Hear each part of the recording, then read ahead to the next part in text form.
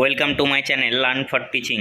TET 2023-এর প্রশ্নোত্তর নিয়ে চ্যালেঞ্জ। সোমবার থেকে 465 জনের অভিযোগ খতিয়ে দেখবে কমিটি। টেট 2023-এর প্রশ্ন এবং মডেল উত্তর নিয়ে 465 জন পরীক্ষার্থীর অভিযোগ জমা পড়েছে প্রাথমিক শিক্ষা পর্ষদে। সোমবার থেকে সেই অভিযোগগুলি বিশ্লেষণ করা শুরু করা হবে।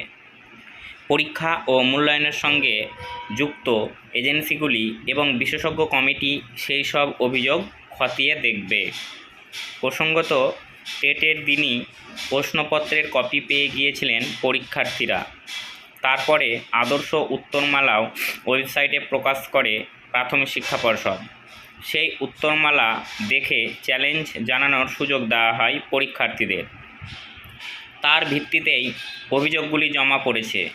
এগুলি বিশ্লেষণ করে প্রয়োজনীয় পদক্ষেপের পরেই টেটের ফল প্রকাশ করবে পর্ষদ।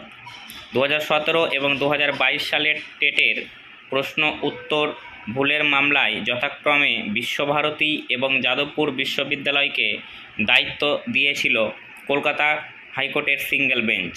তা চ্যালেঞ্জ করে ডিভিশন বেঞ্চে মামলা করে প্রাথমিক শিক্ষা পর্ষদ।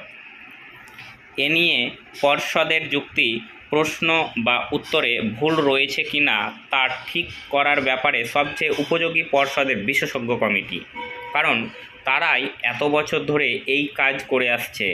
এই কমিটিতে বিভিন্ন বিশ্ববিদ্যালয়ের প্রতিনিধিরাও রয়েছেন। 2017 সালের প্রশ্ন ভুল মামলার শুনানি শুক্রবার শেষ হয়েছে। রায় ঘোষণার সম্ভাবনা আগামী সপ্তাহে। 2022 টেট মামলাতেও ইতিবাচক রায় পাওয়ার ব্যাপারে আশাবাদী পর্ষদ। একইভাবে টেট 2023-এর অভিযোগগুলি থেকেও যুক্তিপূর্ণ কিছু উঠে আসবে না বলে পর্ষদ মনে করছে। এই পর্যন্ত আপডেট ছিল। ভিডিওটি যদি ভালো লেগে থাকে তাহলে আমার এই চ্যানেলটিকে like, comment, share and subscribe করে দিও। Thanks for watching this video.